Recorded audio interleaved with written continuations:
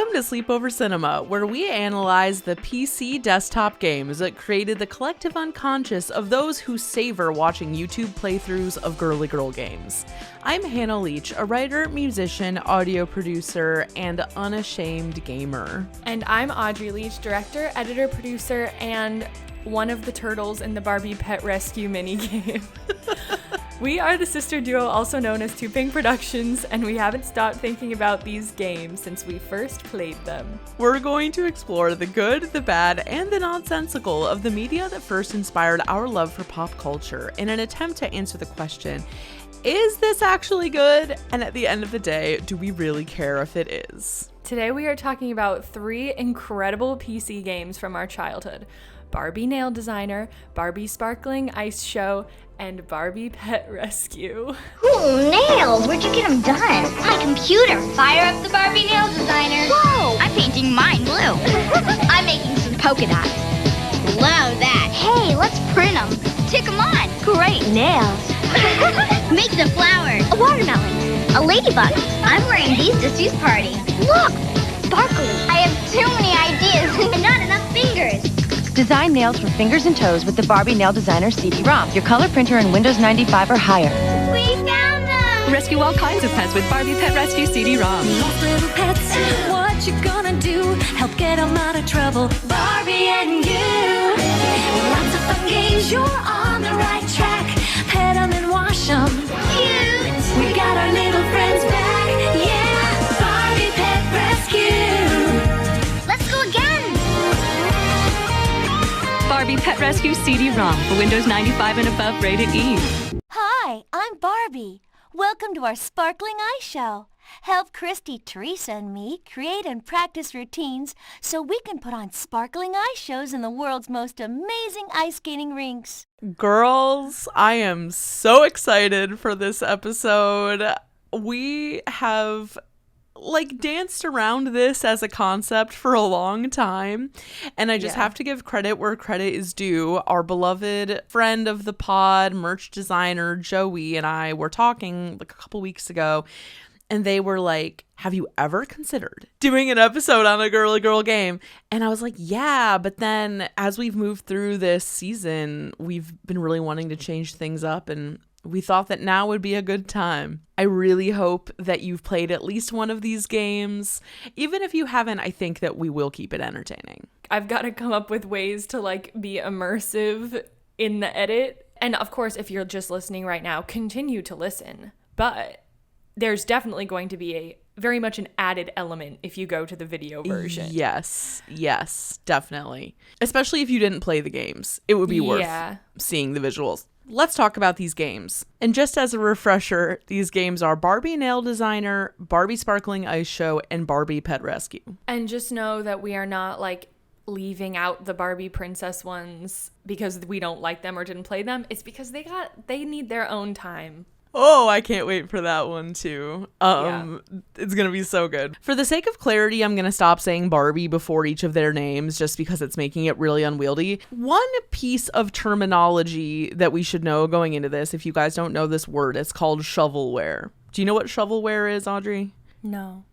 So basically shovelware is okay, I made, let's say I am the creative team behind Madagascar. And you want a video game of for your IP, whatever it is, you ship it out to a random developer and then they make a kind of shitty game of it, and those games are referred to as shovelware. And there's so many of those. Yes, there are. Oh my god, it is shocking.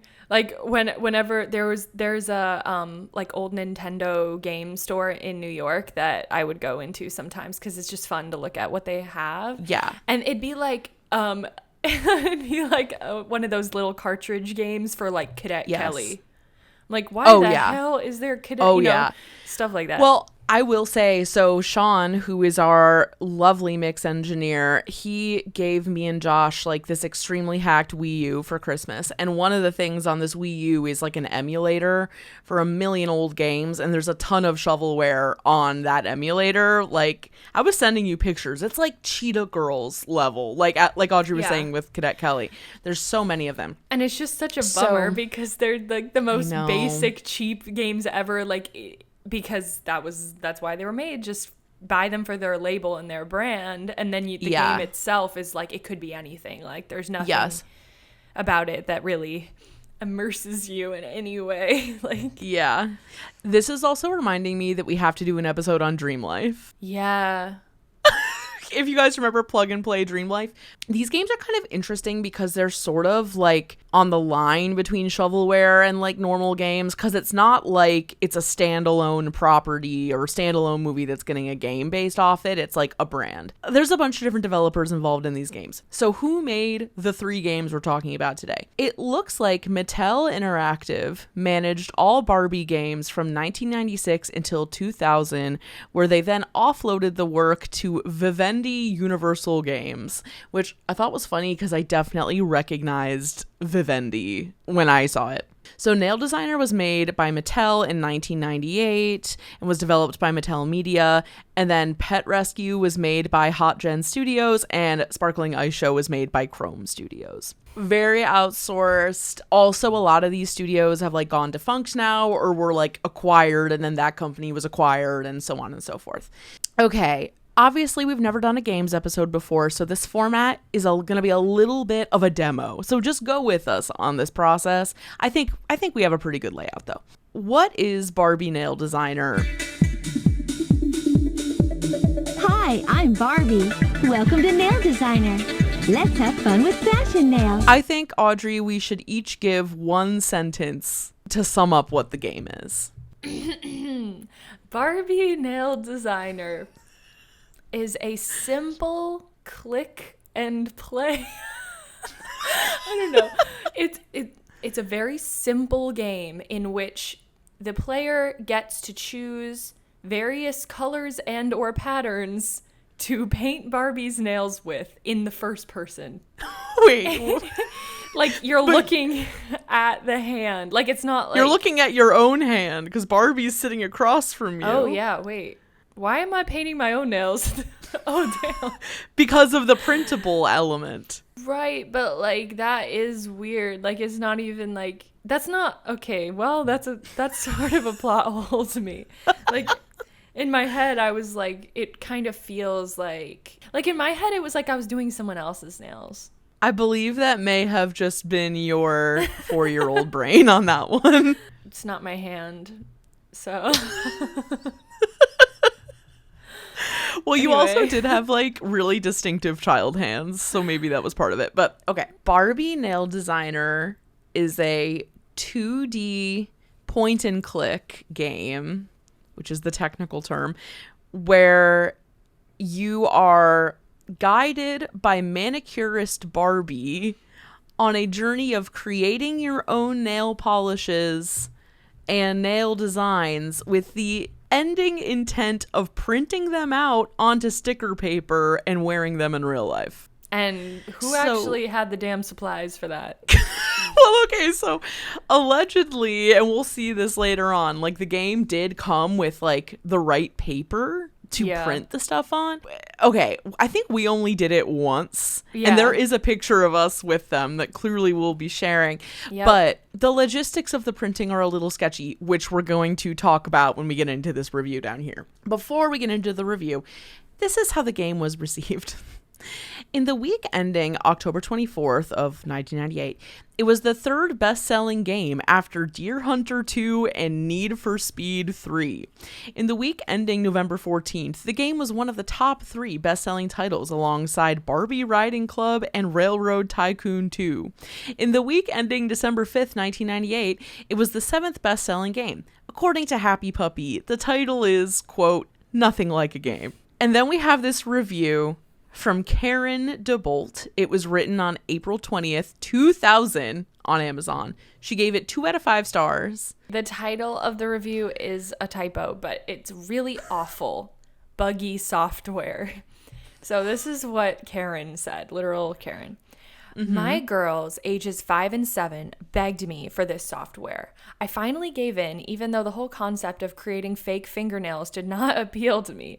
They enjoyed the music selections that play while you create the nails, which is the main reason I gave it 2 stars instead of 1.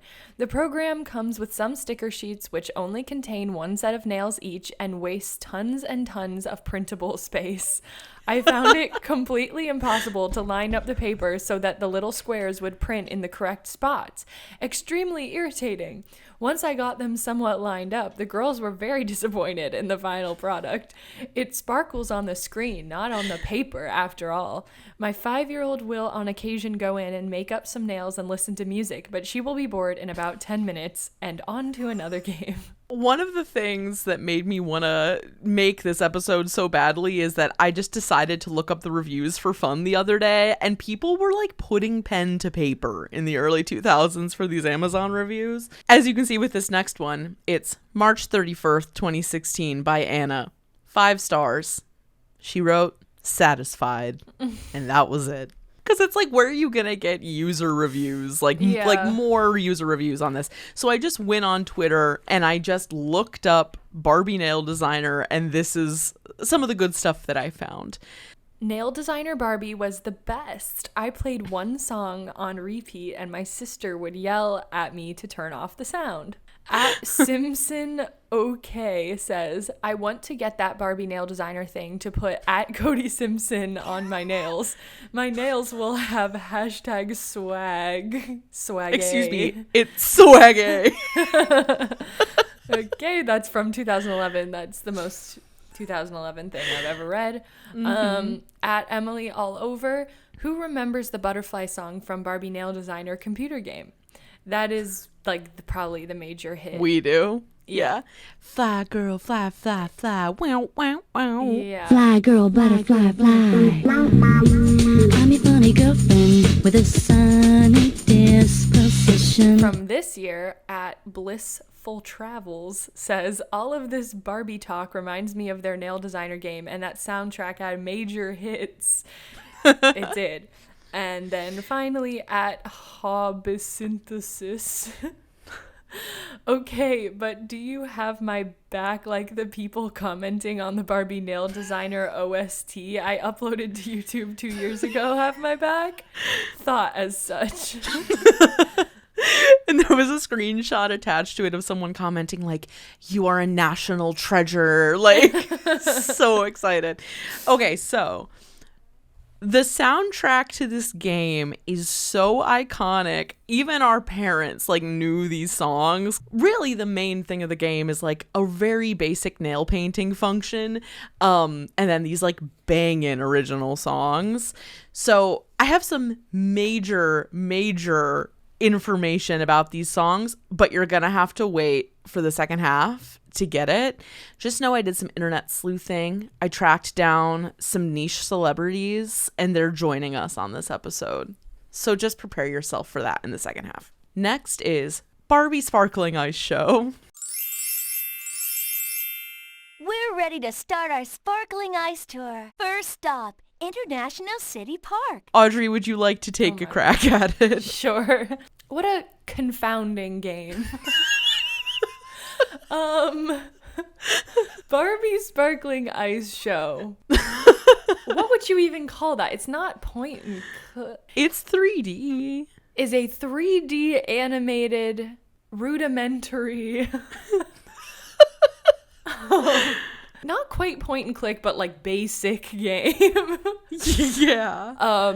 In which you give Barbie the proper environment and look in which to perform her figure skating routines to utter silence.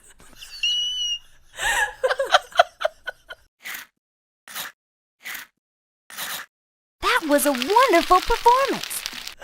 You get nothing but the sound of her scraping. That's all you get. You really get nothing. However, she could perform in France. She could perform in Hawaii or in heaven. In heaven. She might just get some flowers thrown at her feet. I don't know. It might not be every time. However, if you perform to Barbie's standard, then you might have a chance of a standing O from an invisible audience. Oh, okay. I don't think I could describe it any better than that, because that really captures the essence of how damn weird this game is. But okay. Barbie Sparkling Ice Show is a 3D ice skating simulator game where Barbie is auto-steered around an ice rink, and when you skate over the snowflake, you press space, and then she does like a kind of half-assed ice skating move. And as Audrey said, you pick different locations, pick different outfits that are really good, which we'll talk about more later. And you don't even have to be white in this game, so there's that. I was gonna say that too.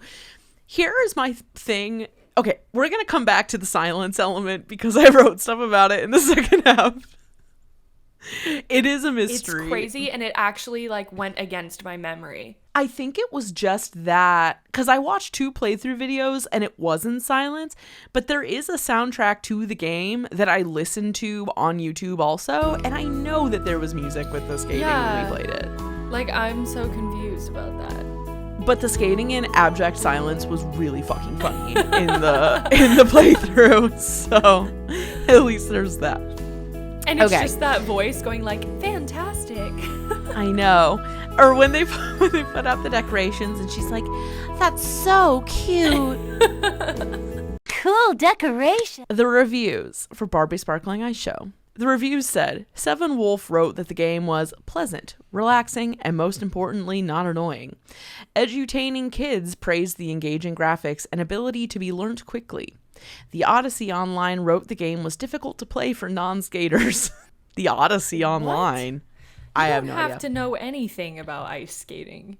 So we have this review written by Jay High on January 7th, 2003. They gave the review 2 out of 5 stars. Audrey, it's your time. Written by Jay High on January 7th, 2003.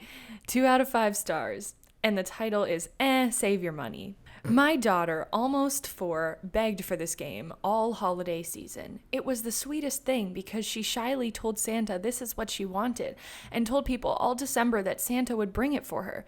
Well, he did, and his reputation is tarnished in our house now. She was bored with it the first time she played with it. Your child's interaction consists of choosing which girl of 3 to skate, fun. What?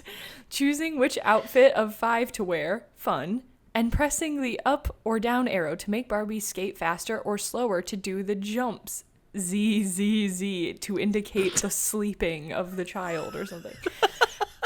Not by your own choice, you move the arrow to match the color of the line on the ice. Freestyle mode wasn't much better. Go round and round in circles. There may be more to it, but who cares at this point?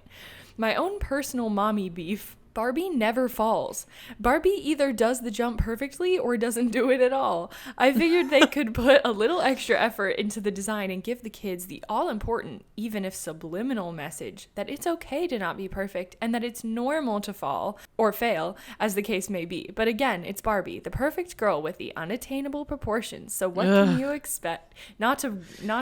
We're probably going to go through this whole episode without like bringing it full circle. I mean, I guess maybe we should at the very end or something. All we have to do is say Barbie movie and then it's come full circle, but we can try. Unless you have a more sophisticated thought. For me, it would just be the question of, do the Barbie games even contribute to the legend that is Barbie, or does it just feel completely separate? Okay. Yeah. All right. We can talk about that when we get to the end. Written by Amazon customer on February 15th, 2004. Title: Not just for little kids. Oh no. Barbie Sparkling Ice Show is a fabulous game, these are more typos, and can really inspire creativity and imagination. And that's coming from someone who's 13 years old. Oh, see here, I thought they were going to be like, I'm 26. Yeah. This game allows you to pick routines, music, costumes, and fun stuff like decorations and ice color and put it all together to make fabulous routines for Barbie, Christy, and Teresa on the 5 stops of the Sparkling Ice Tour. But once you finish the tour, the fun doesn't end there. You can continue on skating cool exhibition shows using all of the details of previous shows. I found this game to be a lot of fun, not at all boring. Granted, it may be a little bit too easy to get through all of the tour stops, but the fun doesn't stop since you can create a username and start all over again or continue doing skating exhibitions. It is a fabulous game for all figure skating and Barbie fans, not to mention that it is so much fun. Anyone ages 5 and up will enjoy this wonderful game. Who is this 13-year-old and why are they pretending like they are an adult? Yeah. I don't know, but I hope that they're living a good adult life. Okay, and then there were just a few tweets about Sparkling Ice Show. This was a tweet from 2020 from @TylerFromDebate. Parents should have known I would grow up to be a homosexual when I was 5 years old and all I ever did was play Barbie Sparkling Ice Show on our shitty PC. And then it was a bunch of screenshots of the game. Next one, @Craigslist why do summer reading when you can play Barbie Sparkling Ice Show? And lastly, @Taliaza, can't wait to build my PC so I can play Barbie Sparkling Ice Show.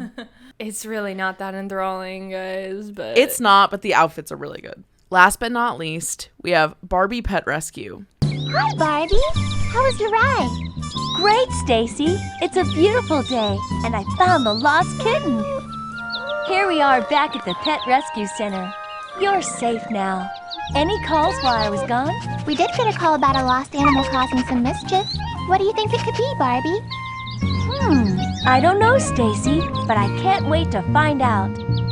Barbie Pet Rescue is, I would say, a point-and-click 3D animated game with a bit more of a complex storyline and tasks than these other 2 games that we've talked about. There are missions. You are the new assistant at Barbie's Pet Rescue, and you need to go with Barbie to help her save various pets and to bring them back to the pet rescue. The Pet Rescue Center. /vet. It's kind of a vet. Take care of them, pet them, etc. Play mini games with them. One thing Barbie's gonna do in this game, she's gonna pose. Yes. And she's gonna walk around a lot unnecessarily. Yeah. Barbie Pet Rescue is a 3D point-and-click game involving rescuing cute pets that are animated in a weirdly good way, which we'll talk more about later. Barbie Pet Rescue is the placeholder game for kids who want to have pets that their parents said.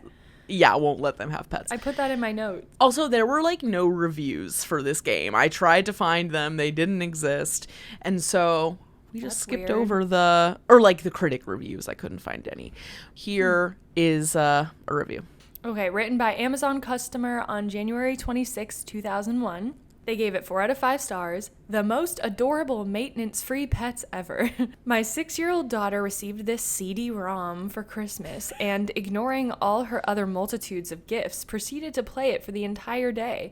The graphics on this program are just so lifelike, and the faces on these little critters are just so adorable you can't help but fall in love with them.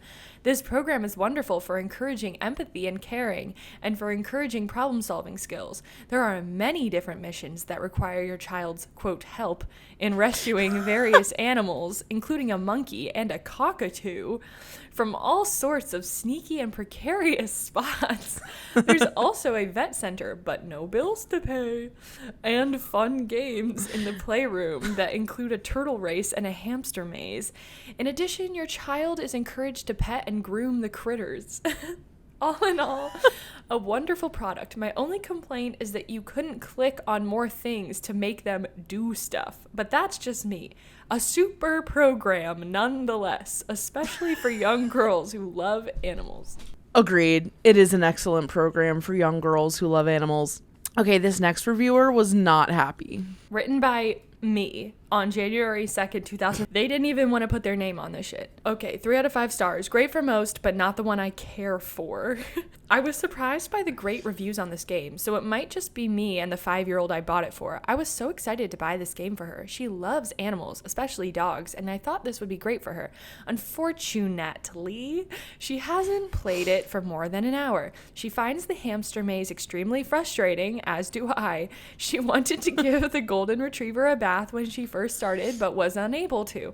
She could only bathe the pets she rescued, or so I am told. She was also annoyed that only Stacy could answer the phone for the rescue. She asked, how come Barbie couldn't answer it? I give it a 3-star because the graphics are really nice and it seemed to have a good storyline. It just didn't impress the 5-year-old much. Guess she'll stick to the putt-putt games. Yeah. I love that the review is like, why isn't this a different game? Yeah, I'm like, why can't you wash the lab? Because it's not your time to wash the lab. Okay, and then lastly, these tweets. From @CatPrincessQueen, shoulda never smoked that shit, now I'm in Barbie Pet Rescue. Next one, @BabeCicada. I fucking wish I was playing Barbie Pet Rescue right now. And then lastly, Louise. IDK, I just feel like Barbie Pet Rescue really shaped me into the woman I am today. These true. games they're being discussed.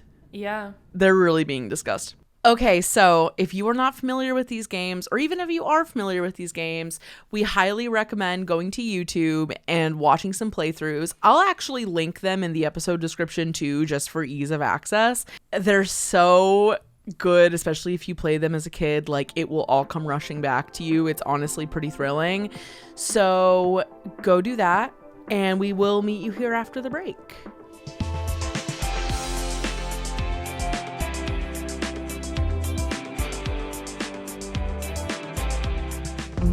So if you're a loyal listener of Sleepover Cinema, you have definitely heard me talk a lot about seeing movies in theaters. I've been around the block. I've tried all the other chains and all their unlimited programs.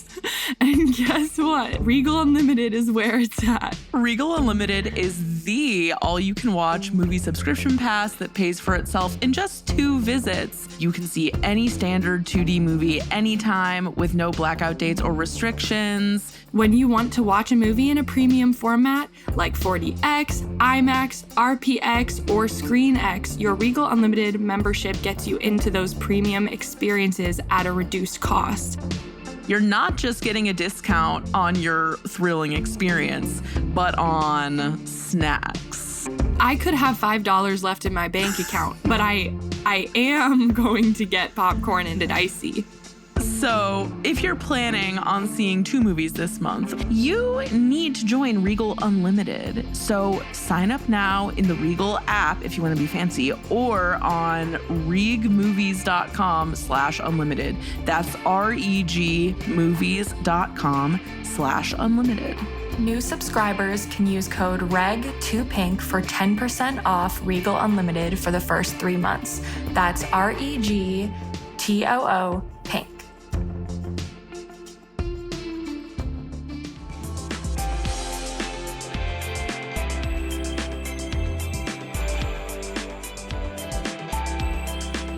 Welcome back, girlies. Remember back earlier in the episode, Audrey, when I said that I had some interesting information on the soundtrack of Barbie Nail Designer? I do recall. In an impressively short amount of time, I do have to say, I was able to track down the composer and the producer of the Barbie Nail Designer soundtrack. They are a mother and son team, and I actually got a chance to talk with them yesterday, like very much in under the wire for this episode, but I really thought that we just had to do it. So here's just a little bit of behind the scenes information on the soundtrack for Barbie Nail Designer. No interview has ever been higher stakes. I'm really proud of myself for the private investigation work that led me down this path. I have to give a big shout out to whoever went on answers.com and wrote down some names for the singers on the songs. I don't know how the hell this person on answers.com knew.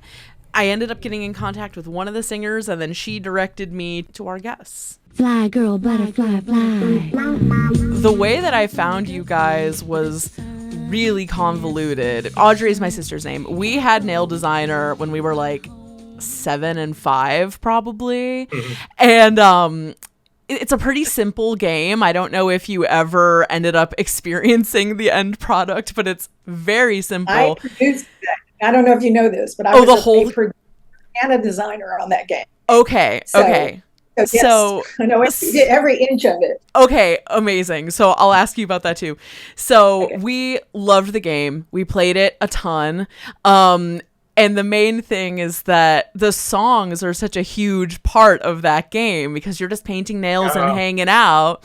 So my family knew these songs. It was like a joke for my parents to sing them all the time. So it was just like, it feels like fate that I was able to connect with both of you guys. So maybe what would be good is if you each could just introduce yourselves and clarify your role on Barbie Nail Designer. I'm Shane Madden, and I was one of the composers and producers of the music for the project. And I did many things, many games with Mattel, but that was just one of them. I think you even sang on one of the songs. I think I did sing on one of this. You were the girl. You were the girl. I wasn't the girl singer. It was so sexy and ahead of its time, right? Okay. Well, I'm Jan Bozarth, and I am. Let's start by saying Shane is my son, and I am his mother, and that makes us a very unusual songwriting team. But we wrote the song. Shane produced all the songs. The way we used to work more often than not is that I would be the lyricist and Shane would make the melodies and the beats and, produce out each song.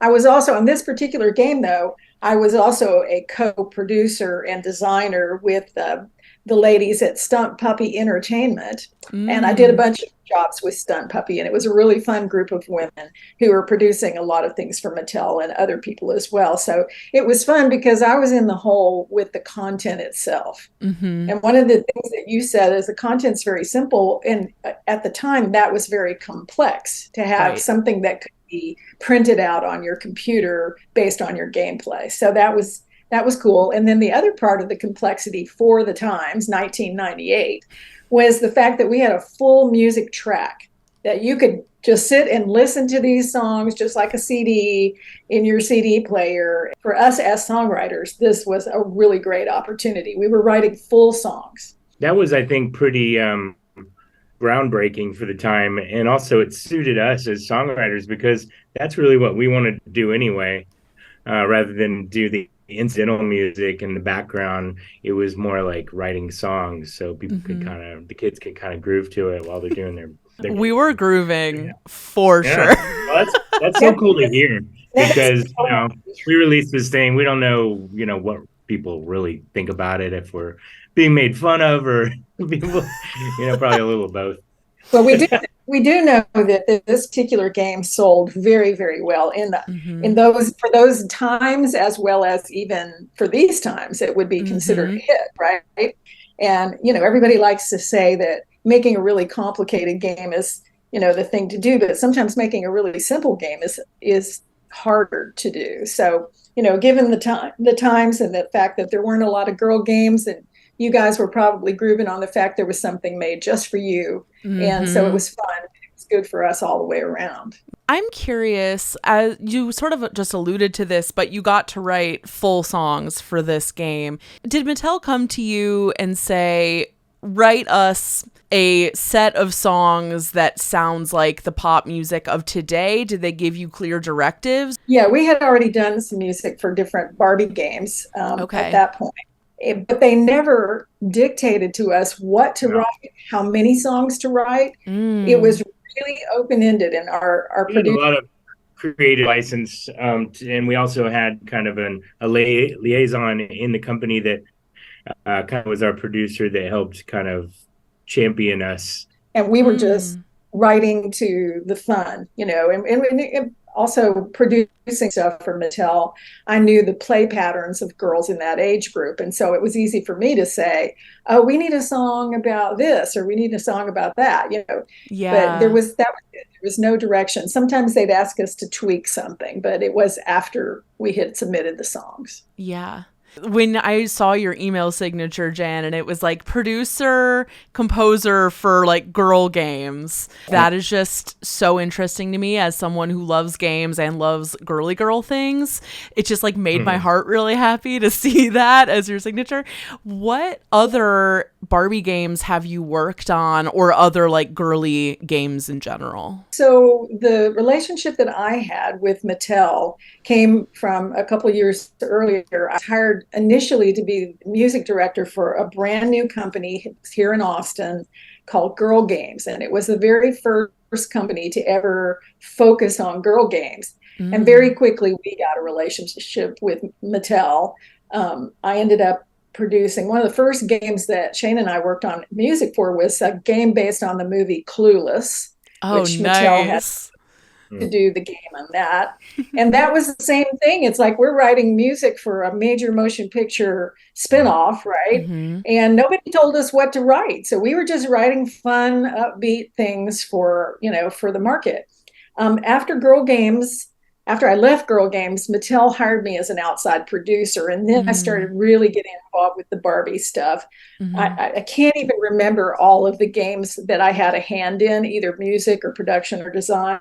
But for music, the big one for us was Barbie Got a Groove. I don't know if you remember that. So it's called Generation Girl, which was a set of Barbies.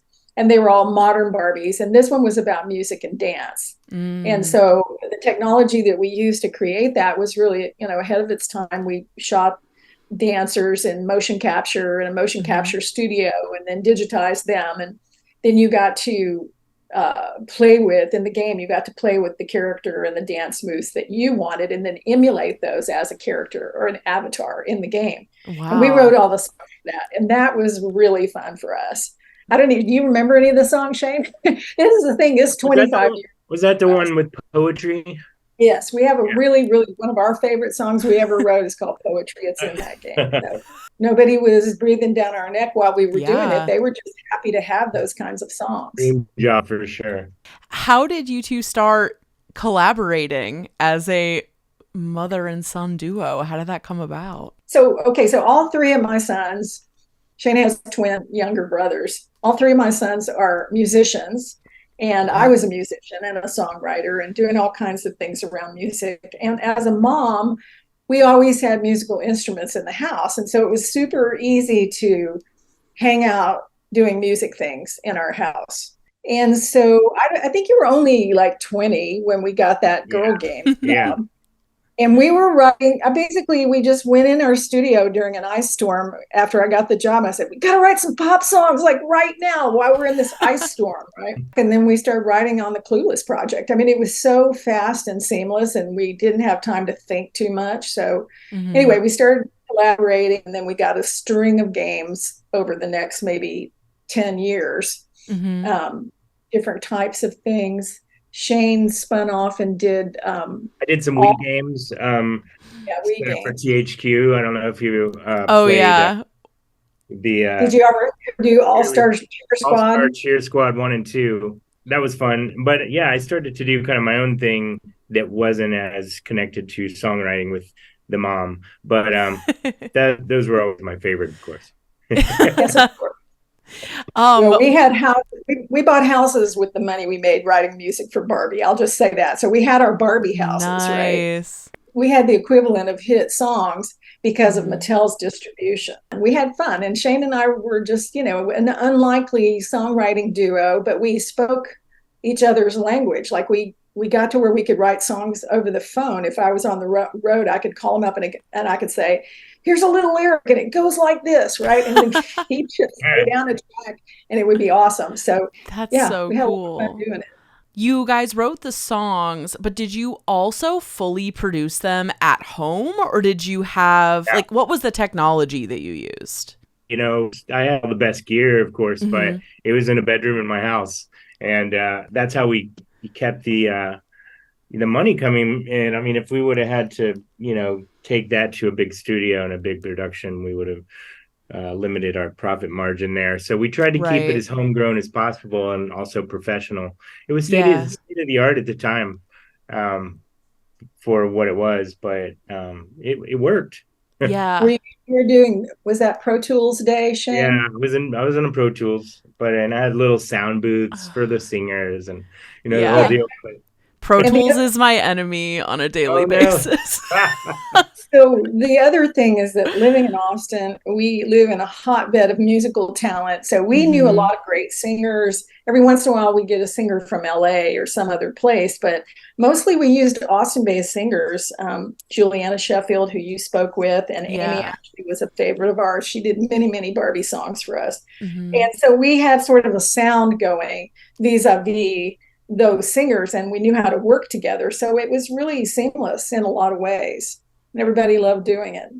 The fact that it was like a really stable means of supporting your life financially as well as creatively is so cool. And I feel like not a lot of people get those opportunities now. Hearing that story is so I'm like secondhand excited for you through hearing that. Those were the glory days. I don't know if not the same anymore, but yeah, right. It got harder as the years went on when people figured out that it was a gold mine, right? Can you tell me a little bit more about Girl Games and how you got involved with that group? Yes.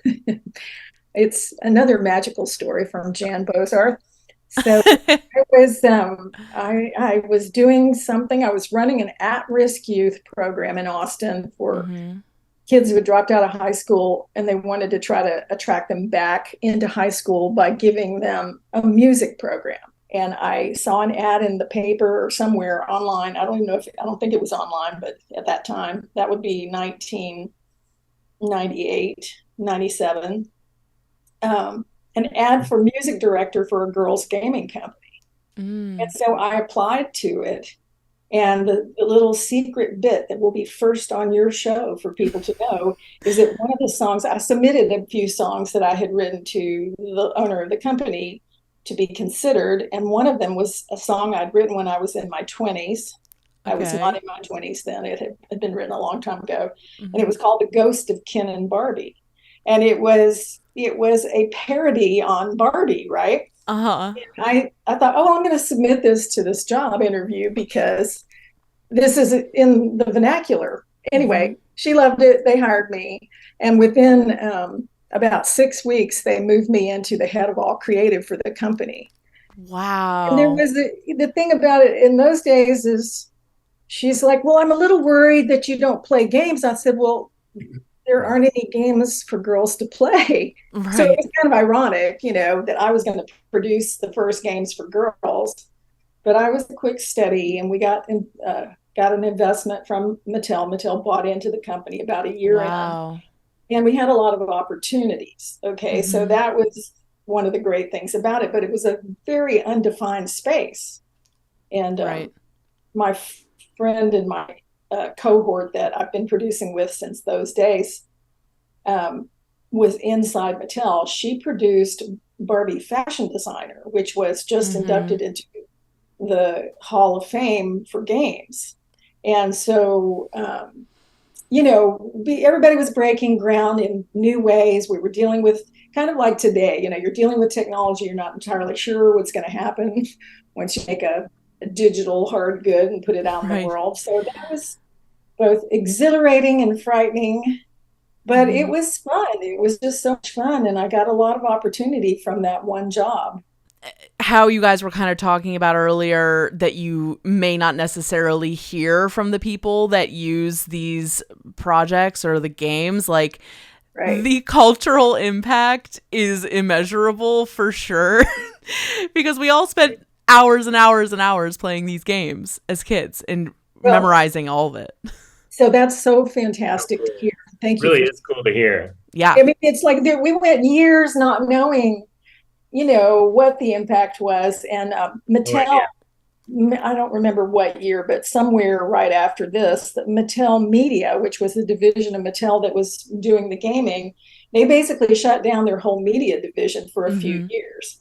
And then there were the years that we had Gamergate, where the misogyny took over in the game business. And so Barbie games were thought to be just, meh, they were like silly girl games, right? So there were a lot of political things going on that align perfectly with the general vibe of women in the world, right? Yeah. So it's really exciting to see how well the Barbie movie is doing now. I mean, this has been a real boon for me personally, since I have such a long history with that. But it shows the cultural growth since those days. Because I can tell you, there were lots of people out there that didn't think girls wanted to play games, would play games.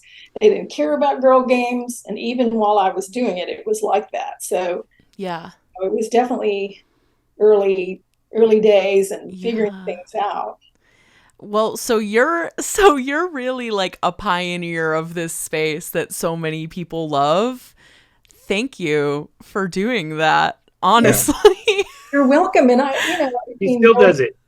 I was just going to say, going backwards in my personal development artistically, I played with Barbies. I loved Barbies, and Barbies. I mean, there was a whole cultural knowledge from my own personal use of Barbies. And then when I got to do things like write music for Barbie, I mean, this was like, it was kind of a job in a way. Right. But then there was a lot of political hoo-ha around it, outside of that. But I did a number of other games for Mattel towards the end of the time that I was doing that. One of them was a big project that we did from absolute scratch, from a doll that was not even a doll yet. Wow. Diva Stars. Did you ever play with Diva Stars? Yes. Okay, so I was a designer and a producer on that, and Shane and I wrote all the songs for that as well. So that was so fun. Yeah. It was really poppy, and I just remember having fun writing those songs, but honestly, I couldn't even, I memorized the ones in Nail Designer and Got a Groove because I really liked those songs. But Diva Stars was the last thing I produced for Mattel. After that, I left the business of making games, and I started writing books for that same market. Okay. And so I've been working on that ever since 2007. Oh my God. And that I have 6 books that have came out in the last few years, but I also have a new one coming out soon. Yeah, why don't you tell us about it? Yeah, so back right after I left doing the Mattel stuff, I decided I left because I didn't want to make anything plastic. I wanted to make something very soulful. I wanted to write a story or a series of stories for that same target market, which was like preteen girls. Yeah. And I wanted it to be beautiful. I wanted it to be soulful. And there really wasn't anything out there like that. Like the only thing that was out had been out for years, like The Secret Garden or something like that. Yeah. And the producer that I mentioned who was inside Mattel and I got a deal to make a movie for girls. She had been making all the Barbie movies at the time. So we both went out independently and we were going to make movies for girls. We got a deal with Universal and they said, well, go find a literary property that you like, and we'll put you on the lot and you can produce the movie. And we were like, that was incredible. Yeah. We went out looking for that property. The only things that we would have given our time and effort to were already licensed by somebody. Okay. So that's what gave me the idea. I thought, oh, well, I'm just going to write one, right? Right. And so I started that journey, and it took me about 2 years to flesh out a series idea. I put together a proposal for a series of 12 preteen fantasy fiction novels. And I got a publishing deal, a giant publishing deal with Random House within about 6 weeks of putting that in the world. And that also never happens, right? Yeah, right. So these were all very heady things. I was going around New York with my agent saying, I just kept reminding her, I've never written a book before, right? Yeah. I couldn't believe they were doing it. So, they ended up doing it. I got 6 of them out before I got sick with breast cancer. And then I took off about 4 years to treat that. And when I came back, Oh, I forgot to mention that while I was sick, I was able to buy back all my rights from my investors. I had raised money, Nice. and they were investors, but they sold me back all my rights to all the books. Got it. And so when I came out of the illness, I started writing again, but I wrote a follow-on series, and it's called Coded for Greatness. But what it does is it shares the fantasy world of the Fairy Godmother Academy books, and Okay. have the same fantasy world. So if you read those other books when you were young, when you age out of that, there's now a story for you. It's in the same fantasy world. And so I'm putting together a series of different types of media. I've got a Roblox game in development. Cool. Release the new books. I'm going to re-release all the old books, the Fairy Godmother books alongside of these. And doing a Web3 website where we'll have badges and tokens and things that kids can earn to get when they go into the game. So it's super exciting. It's new technology, and it's coming. The first book will release in November. So it's been really good for me and Shane. Yeah. And when the Barbie movie came out, of course, everybody wanted to know how I felt about it. And I said, it's the best thing that could have happened to my career, because it kind of closes the loop, right? You know, it says this product, Barbie, of course, has viability, and if brought into the new times, we can speak to girls and women about their experiences through Barbie. And that couldn't have happened 20 years ago, right? Right. So, of course, and I think that they did a great job with that movie. And of course, now look at all the music they got for that. Yeah. Right. We would be in that lineup too, but we've had good luck. We don't have to complain. But so it's good. You know, I mean, this has been a good run, and we're not done yet. And Shane and I just co-wrote a song with a singer for the new product. The name of the brand is Aventurine, and that's the name of the stone that has power in the story, Aventurine. Well, Shane, you want to talk about what you're doing musically right now? I'm full force on this new project called Spherical, and it's basically like melodic house music, but it's kind of chill, beautiful, dreamy kind of style, but it's also like dance beats. Anyway, I'm singing on it, and so I've been developing that sound for the last 4 or 5 years. It's a pretty serious change for me, so I had to like make sure I was going to put something of value into the world, and I'm just wrapping it up this week, so I'm really excited. Wow. Okay, my last question will be, do you have a favorite song from the Barbie Nail Designer soundtrack? Yeah. Well, you're going to have to remind me the names of the songs, and that would trigger... I just happened to have the trigger my memory. I sent the playlist. Yes, you did. And I must have missed that. Hold on, I'm going back and I'm going to look at it. It was a gentle hyperlink. I got your playlist. I re-listened to "You Are the Girl" with Shane singing. Yes. And I was thinking, that song's really cool. It was a time. And Shane, you sounded so like groovy and boy bandish. So I didn't much like that song, but I also love the song, the Daisy Chain song. That song's in there. But Daisy Chain is one of my favorites. But I have a funny story about the song "On Sweetness." Okay.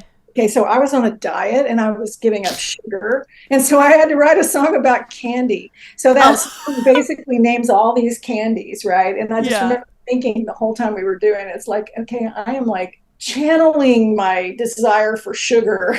Yeah. All this is coming back to me. This is so there's always a story, right, behind every. For sure. I mean, it's not totally separate from your life when you're doing it. Yeah. You're familiar with that with your work as well. Right. The favorite in our house, I'm not sure what the title is, but the one that starts with "Fly Girl, Fly, Fly, Fly." That one. Hanging with the Butterflies. Yes. That song is so good. That one was like, my parents would always sing that opening line. Fly Girl, Butterfly, Fly. Oh, yeah. Well, I'm glad that worked, because I remember questioning that idea and lyric at the time. You questioning me. And you said, will never question you again. Dorky. I mean, it was a good hook though. Like, here I am 28 and I'm still thinking about it. So like it lodged its way in there. Well, you would be considered a super fan then.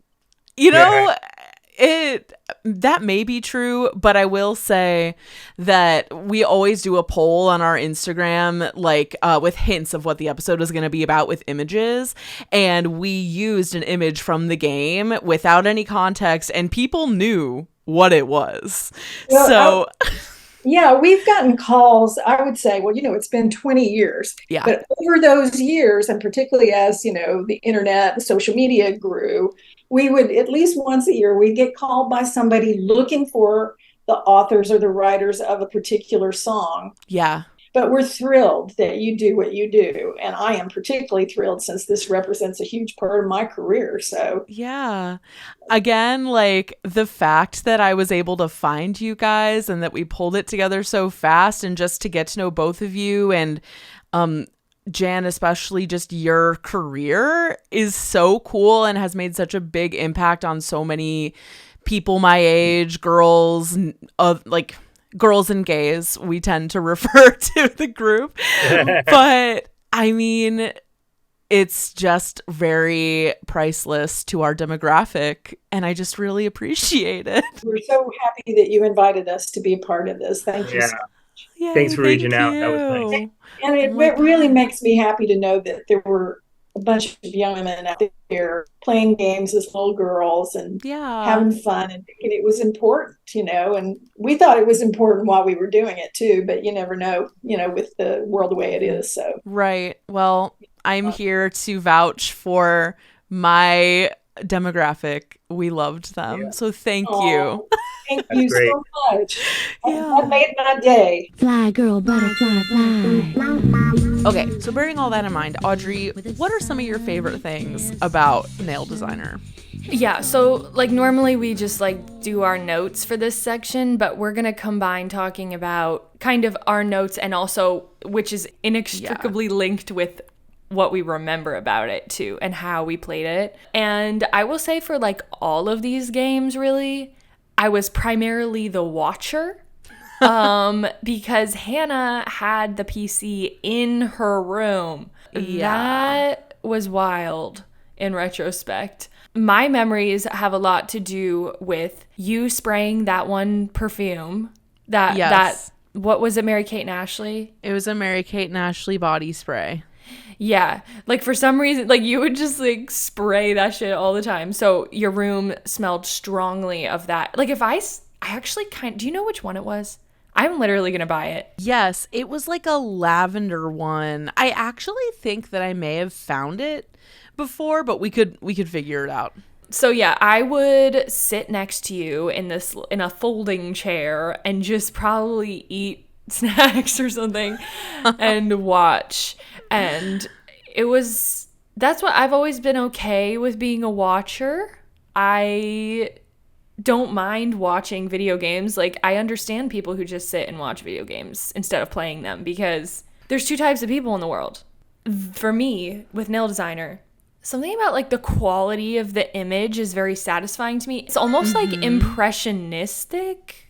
Like it's like they took a picture of a hand and then put like a sketchy filter over it and then used that.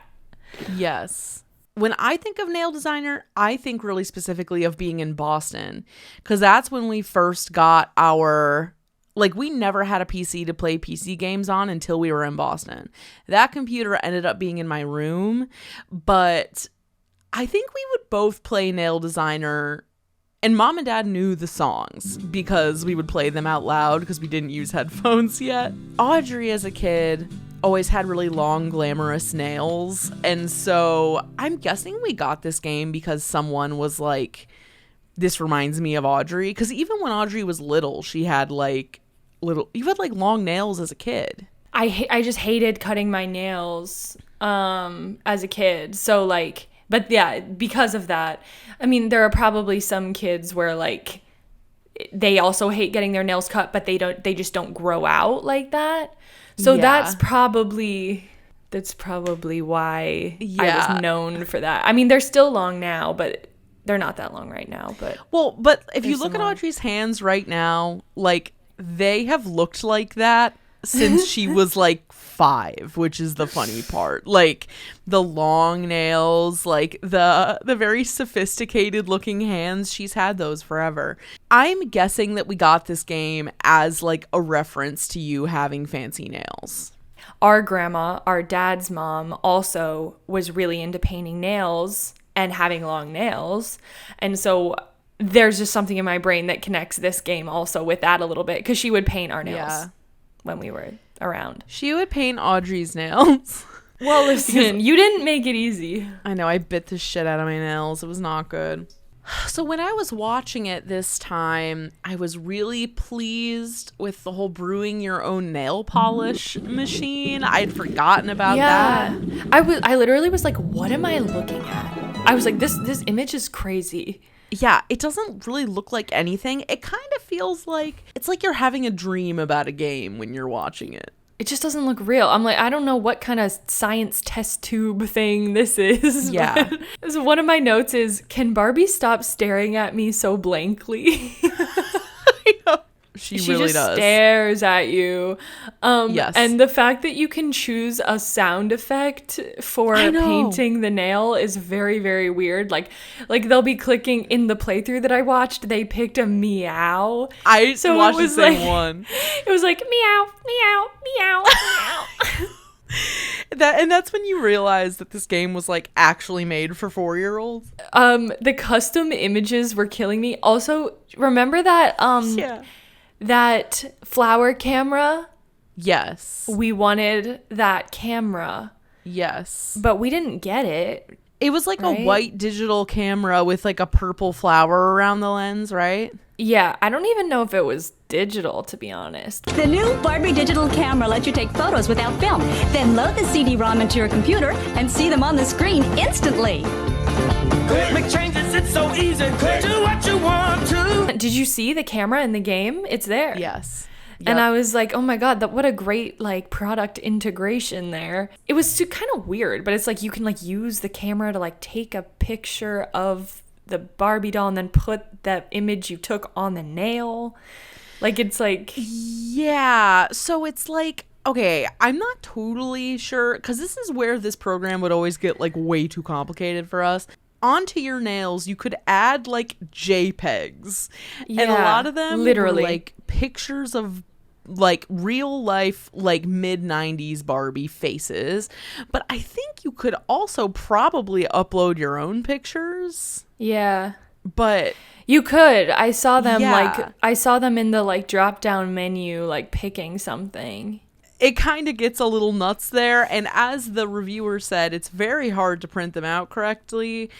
We got ours printed out one time. Again, we have the pictures to prove it. But you wouldn't get them printed out very often because, at least in our house, like color printing came at a premium when we were younger. Yeah. Yeah, and then by the time we graduated high school, we were like, we were running a damn Kinko's out of We actually were. Like, it was wild. I feel like no other child, other kids or fellow teenagers had the type of access to color print that we did. I also just want to say, so when you first start playing Nail Designer, there are like 3 paths you can take, like 3 different themes essentially. And one of them is like daisies, and the other one is like diamonds and jewels. And then the other one is like hippie, like flowers, like stylized flowers, which reminded me about my hippie phase. I forgot that I even had that.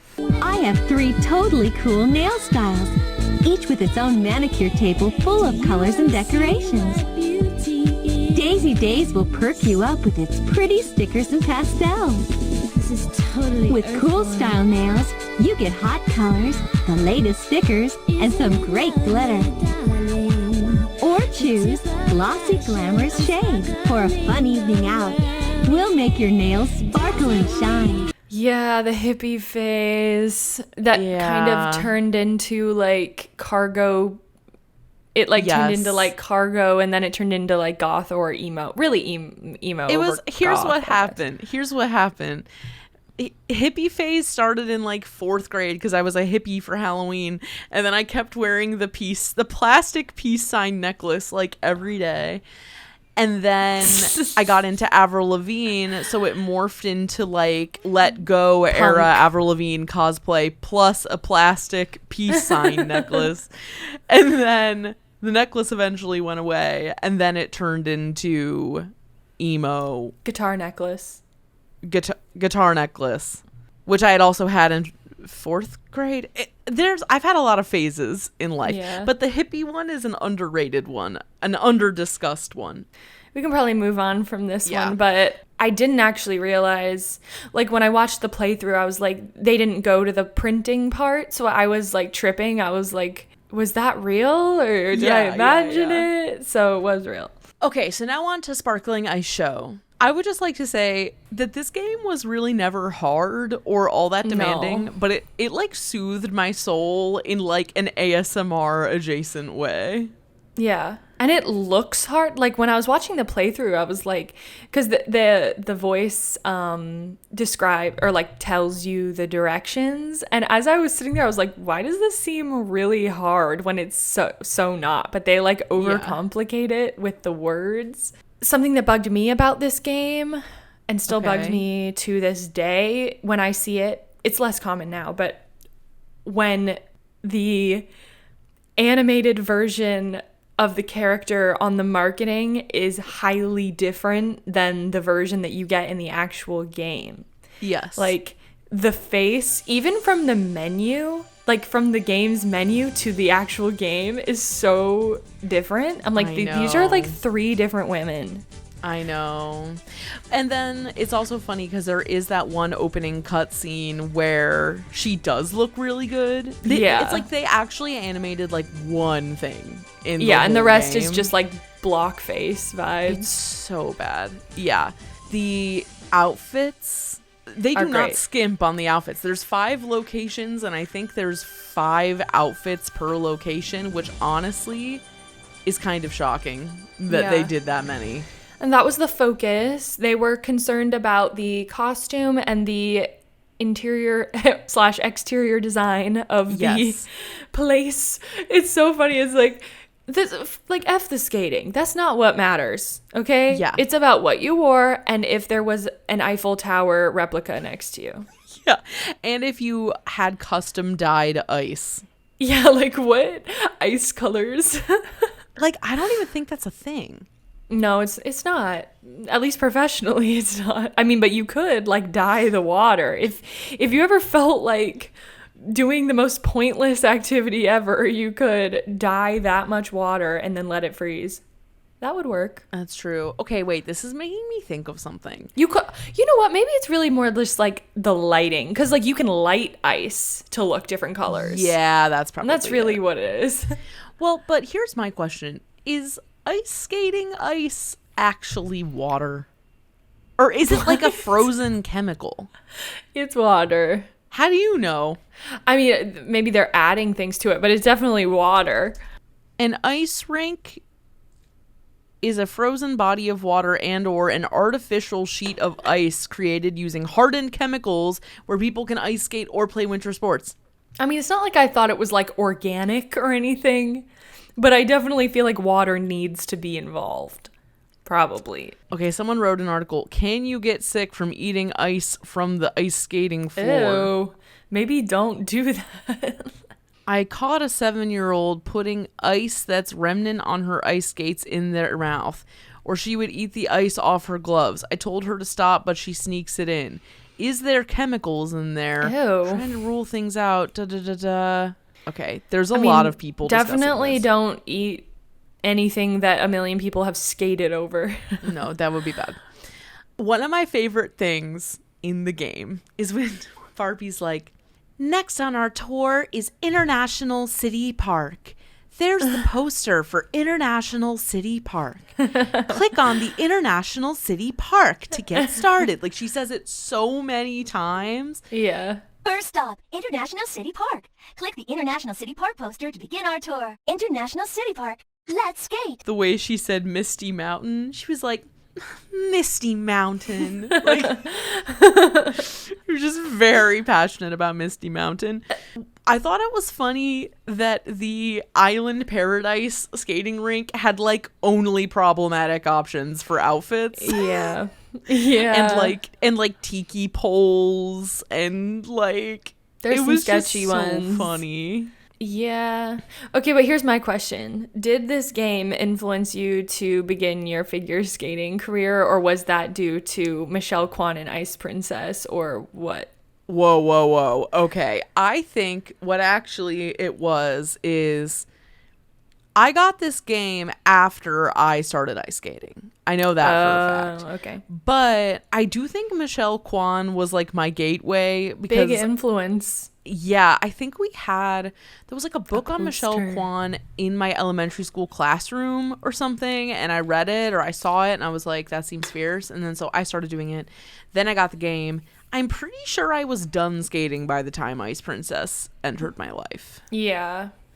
Because I only did it for a few accurate. years. But I really loved it when I did it. And then I had to stop. It's expensive. I talked about my foot issues on Ice Princess. I think. Yeah. Yeah.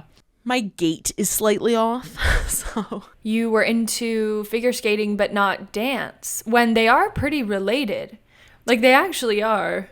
I think because the expectation is so much lower with ice skating for like a kid to be good at it, that like I liked doing it more because there was less pressure to like perform or like be good at it.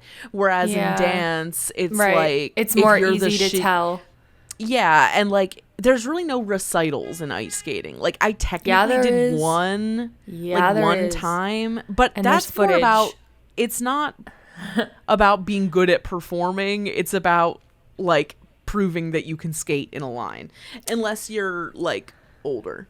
I'm surprised that playing this game I didn't get more motion sickness, because it's kind of like zoomed in quite close to be turning as much as it does. The best part of Sparkling Ice Show is when you finally unlock skating in heaven, and it's like pink clouds, like pink and orange clouds, and you're like in the sky, and it's just like the fantasy. I love that. That was awesome. Skating in heaven. Yeah, that's the highlight. Say Yes to Heaven by Lana Del Rey, but you're in Sparkling Ice Show.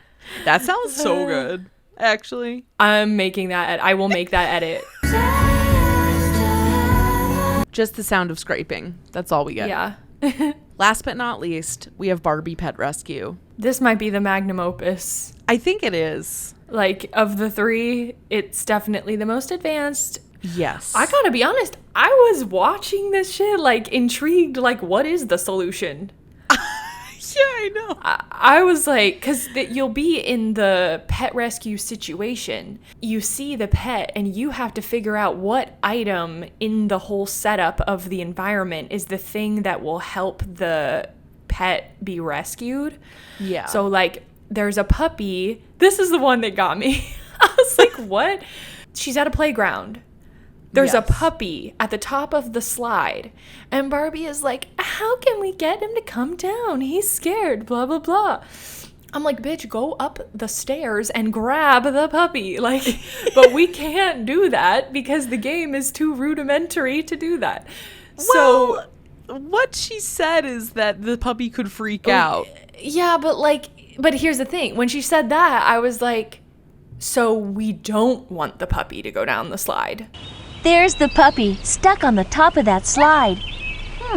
If I climb up to get her, she might become frightened. Then she could jump down and get hurt.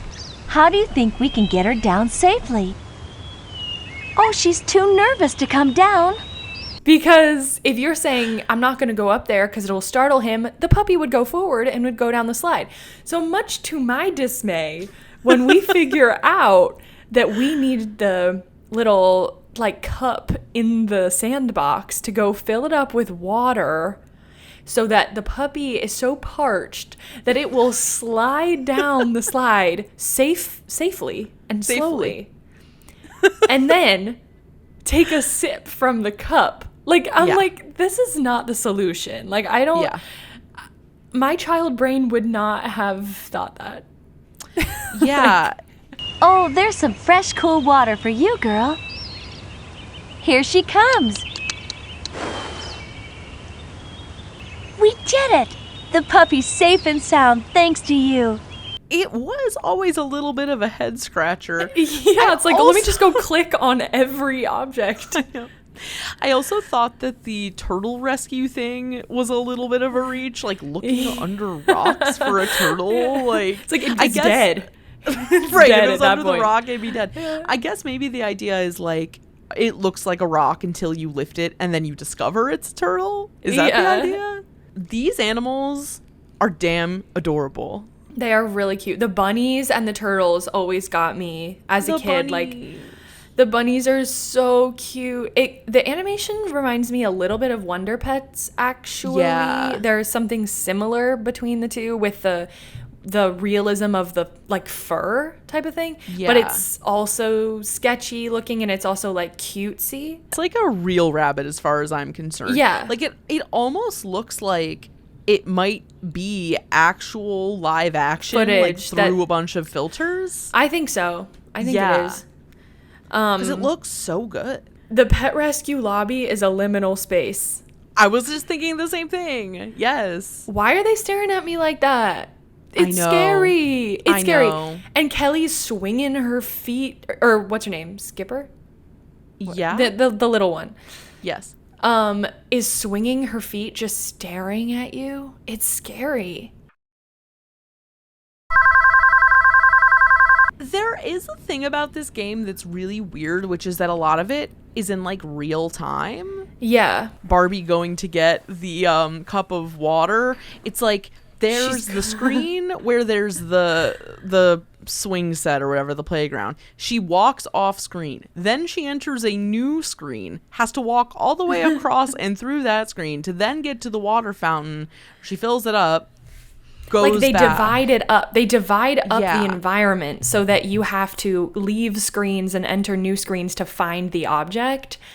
And I'm like, I would really appreciate a panoramic view of this place. Like, could we Like- not just scroll over? Like, okay. The best part of the game to me is like removing the burrs from the rabbit Yeah. and like cleaning the pets. Yeah, that was the best part.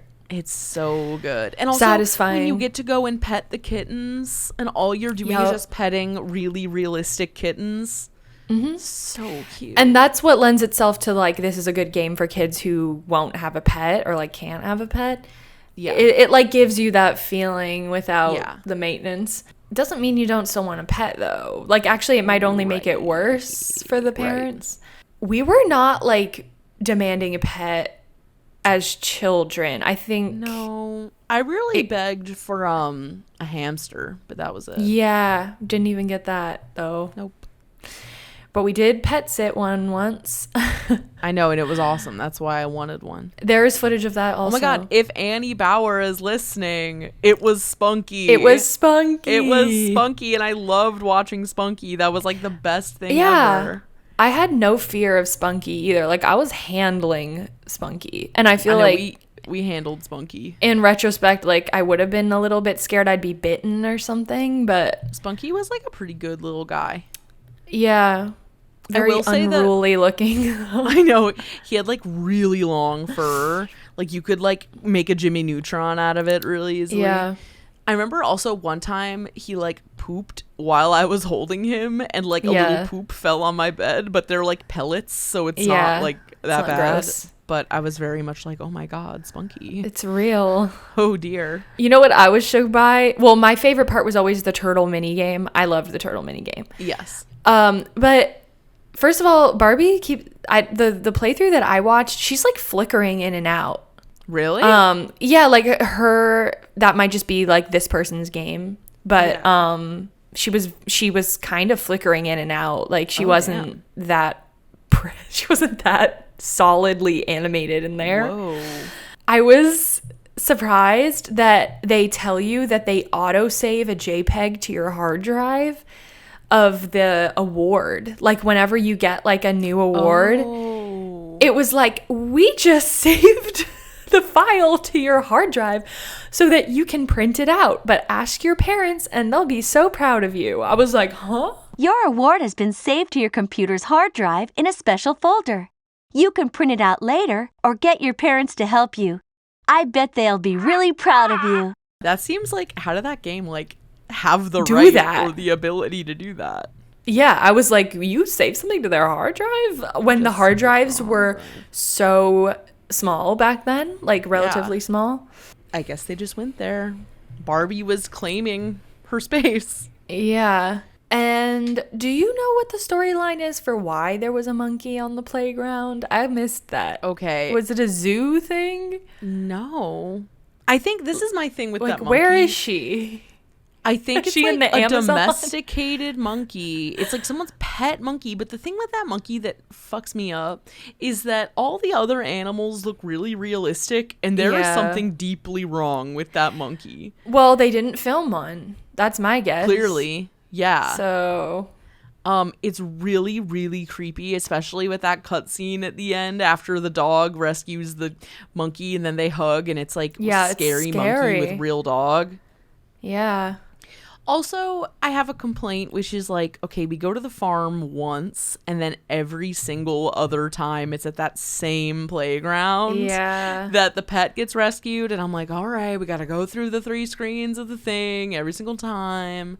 Bit underwhelming, but it is what it is. They all look great. I will say that. Yeah, but I have to say, like, I don't think I enjoyed this game as much or even watching it because it wasn't glam. Oh, no, it's not glam at all. And, you want to talk about girls and gaming, like, here's the thing. It's like you tried to make a game for girls that was, like, a little less glam, and I am bored. I'm sorry. It also reminds me of your ongoing thesis, which is, I don't want to see Barbie in a vest. No. It's like, goddamn, like, at least, like, you invented her for a reason. Like, at least let us have it. Like, what was she made for? Not wearing a vest. Not wearing a vest. I'll tell you that much. Like, I don't know. I do think that for a lot of people, like, seeing, you know, it's a whole thing where it's like Barbie can be anything. So I can be too. Yeah, so this is like, a version of that. Yeah, so like if you were an animal girl, I'm sure that this was really big, but for us it was like we didn't have pets, we didn't give a shit about vests or cargo shorts or animals, TBH. Animals. We weren't animal girls. No. We were live action musical and doll girls. But at the same time, I still loved playing this game, like scrubbing the grime off that turtle shell. There's nothing like it. There was like satisfying elements, but like the thesis as a whole, or like the premise, not the thesis, I wasn't that into. So yeah, I don't know who got it for us, but they were a little bit off the mark with that. Okay, but we loved it. I mean, we're still talking about it now. Like if we didn't like it, we wouldn't talk about it. I don't think I really played it myself. I think I watched you play it. Ultimately, do these further the Barbie brand, I guess? I almost want to say no, because they are so outsourced. I think that in making Barbie like ubiquitous in new media at the time, like finding a way to branch it out from just the physical dolls, is that cool. It did a good job. Yeah. And we definitely, I'm sure we'll be hearing from listeners like actually I've asked that question before with the Barbie movie. I did do a post on Barbie games that people played, and there was a whole variety of ones that I had never heard of. Yes. So there's a ton. They clearly hired a lot of different companies to make these games, and I looked at the list. It was extreme. They're well loved. I'm kind of sad we didn't have like. There's got to be a Princess and the Pauper game. Oh, there is. We didn't have that. Yeah. I need to watch that playthrough. Same. You can find a list of all the games on Wikipedia, and some of them have articles and some don't, but it's definitely worth looking at just because the list is really funny. As it relates to Barbie, like it almost feels like its own separate venture. It's like Barbie, even like from like Barbie dolls to Barbie movies to Barbie games, it feels like not the same thing. It feels like 3 different things we're talking about here because she always looks different and there's like no consistency. I mean, Barbie is every woman. Well, she always looks like a different blonde white woman. Right. She's not every woman, but she looks like every kind of the woman she is. Yeah, it's kind of crazy. Yeah. It would be funny to like make a collage of like all the different versions of her face. Yes. I just want to say thank you again to Jan and Shane for taking the time to talk with me about the Nail Designer soundtrack. That was incredible. I'm so happy to know both of them. Fly, girl, butterfly, fly. And please let us know if you liked this episode, if you want to have more game episodes. This was really fun. I don't think I've laughed so hard recording a sleepover episode in a long time. All the media that we have taken in as kids can kind of occupy a similar pocket of our brain, and I feel like games are really similar. I'm happy to be here personally. So let us know if you want to hear more. We're going to want to do more. So yeah, we'll see you what might happens. be getting it regardless. Whether you like it or not. But as always, you can find more from us at evergreenpodcast.com/sleepover-cinema and keep up with our latest creative projects at twopinkproductions.com. We're on Instagram, Twitter, TikTok, and YouTube at Sleepover Cinema and post a full video version of each episode on YouTube every Thursday. You can follow me, Audrey, at Audriana Leach on everything. And you can follow me, Hannah, at Hannah Ray Leach on Instagram and at Lana Von Trapp on Twitter. Please, if you haven't yet, join our Discord server at the link in the description or on evergreenpodcasts.com. You can check out our merch at twopinkproductions.com/shop. We have t-shirts, sweatshirts, stickers, and more.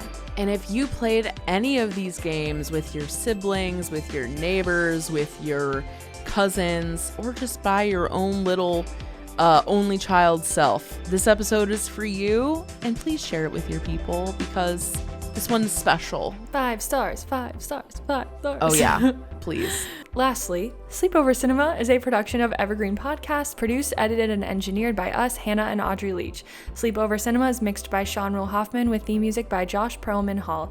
Executive producer is Michael D'Aloia. Are you sure you want to quit? Don't quit.